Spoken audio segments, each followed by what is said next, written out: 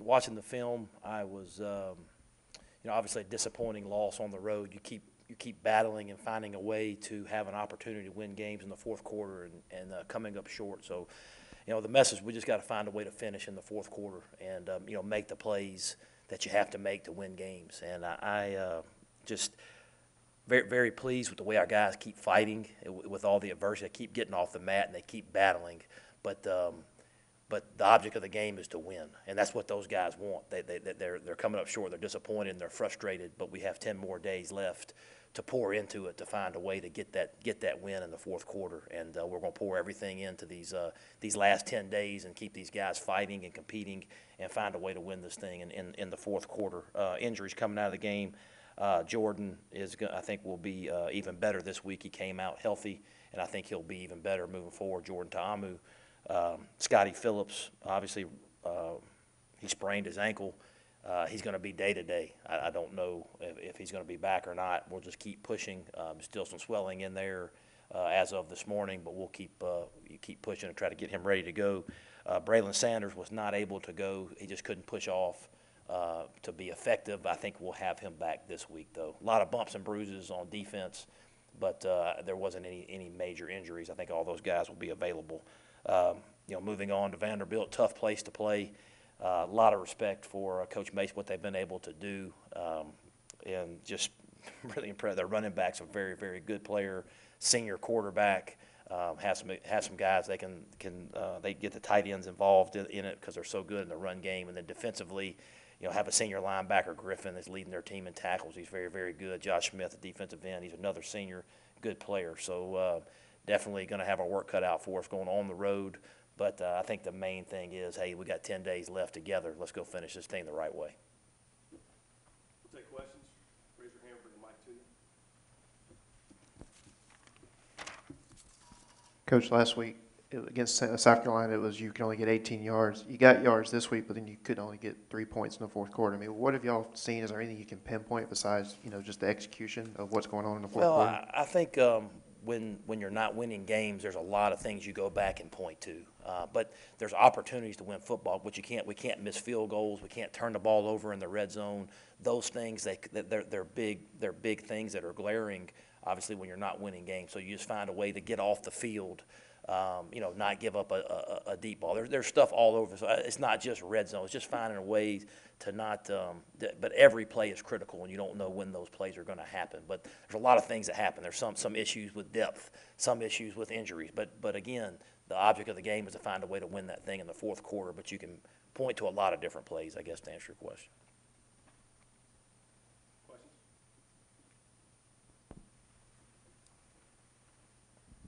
What went into the decision late in the fourth quarter? You had 3 timeouts and you go for the onside kick instead of kicking. Yeah, so under 2 minutes, I wanted to make sure we had an opportunity to at least get the ball back. Because if you kick it to them and you never even have a chance to get the ball back, then you're questioning that decision. So I wanted to at least have an opportunity to get the ball. And then if we didn't get the ball, I could still use my 3 timeouts and have an opportunity to get it back even if we didn't get it. But I wanted to make sure that we had an opportunity at least to try to get the ball. Matt, do you get the sense right now that different phases are playing well at different times, but not together? Yeah, I think you do feel that way because you get a turnover on defense, and then we have a penalty. Don't take advantage of it. So when a break comes our way, we do need to take advantage of it better and play as a team better. And I think that comes with experience. But there's a lot of different reasons why. You can't look at just not playing well together.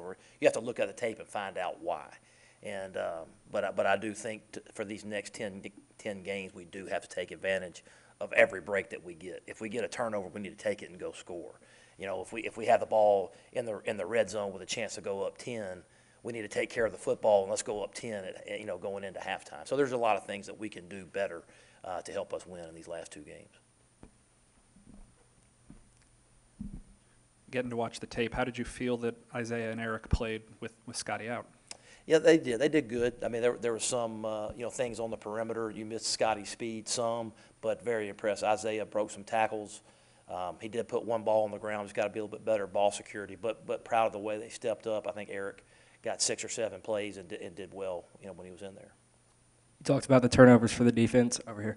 And they gave up just over 500 yards, but they seemed to play a little bit better. Give your take on how they seemed to play early in the game, and they got some pretty good stops early in the game. No, they did. They gave us an opportunity to win the football game, and they battled. They competed. They got the tough part in the third quarter was they gave up a drive. They got the turnover for a touchdown, had to go right back out there, drove down again, and then they got the turnover, but they had to go right back on the field. So they were on the field basically the whole third quarter. I think they just basically wore down. So I think that's where your depth issues start showing up and some of the injuries start showing up. But I like the way they fought and competed, and if they continue to do that and give us opportunities to win games, I think it's going to pay off. Matt, is there anything different about this week in terms of preparation, and due to the fact that you guys are playing twice in the next 10 days, and if not for the players, for the staff? No, the only thing that we'll do a little bit different is after this game, some of the staff will fly back so they can get a little preparation time instead of bussing back with the team. I'll ride back with the team, but some of the staff will fly back. And I think you got to start backing off of them a little bit as far as pads are concerned. A little bit less good versus good, more taking care of their bodies. And we do have a bunch of injuries too. So we started that a little bit last week, and that'll continue. AJ played a lot more outside again this week. How do you think he's adjusted to the switch from the slot to the outside, and how do you think that positional versatility will maybe benefit him whenever he does decide to take that leap to the next level? Well, and I'm glad you brought AJ up, but I've been around a lot of great receivers here at Ole Miss. For him to be the all-time leading receiver, I think that's a pretty special accomplishment for him. And he's been very unselfish, playing inside, playing outside. He's very, very versatile. That will do nothing but help him moving forward. It's the ability to do a bunch of different things, and I think he made plays outside. If you put him inside, he'd make plays there too. So just really proud of what he's been able to accomplish, and his attitude has been outstanding. And I'm sure he'll want to finish this thing the right way. He could care less about the individual awards. He wants the team to do well. But I am very proud. Just wanted to point that out. So. Just get your thoughts on Dawson Knox and the targeting call and him not being available first half. Yeah, it's tough. It's a tough rule. And anytime a kid's out there playing hard and leaving all on the field, and again, that's a tough penalty. But it is what it is. It's not. We're not the only people it's happened to. It's just it's a tough call for everybody. But he'll be ready to go in the second half, and we'll have Cooley will have to step up. Pellerin will expand his role a little bit at tight end, and he'll have to be ready to go in some short yardage situations at quarterback as well. It's been about a month now since Markell went out. I was curious if you have an update on him and also just the state of the pass rush in general. What have you seen from them the last month? Yeah, so I think Markell will have a chance. I'm not ready to say he's going to play, but he'll practice this week. I'll probably can give you an update Wednesday, but he'll be out there practicing and try to get him back. He obviously brings a little bit to the pass rush, getting on edges, and I think that's what we need to do, just get on edges a little bit better, use our speed, not run down the middle of guys, and get home on third down.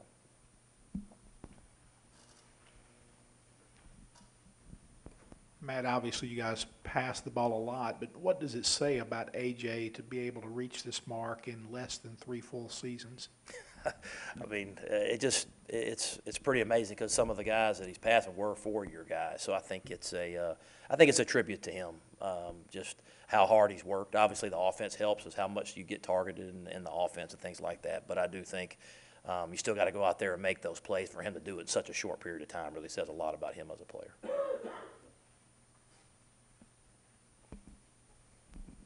Just a personal question about this targeting rule. In years past, that block by Dawson would probably be applauded as a great football play. Also, on the Texas A&M guy, his tackle probably be a great football play.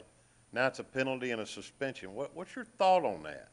I mean, the bigger issue is player safety, and I think that's where all this stems from, is trying to keep guys safe. And I think every rule that is made is in the interest of player safety, and sometimes there's maybe the unintended consequence that happens, because when you make a rule, you have to follow it. You can't make exceptions, and I think that's where the issue comes in. Those guys, I think they work at it, they try to review it, and they try to get it right. Sometimes it's frustrating, so we may have to look at it, maybe some different parameters to put on it. But I think with the way the rule it is now, you have to live with some of that stuff. Don't you think intent should be part of it, or is that too subjective? Well, I think that's where you start to get into subjective. That's not my job. I'm worried about these last 10 days, trying to get 2 wins. But I just, they may be able to make it. But if it does get subjective, then that gets hard too.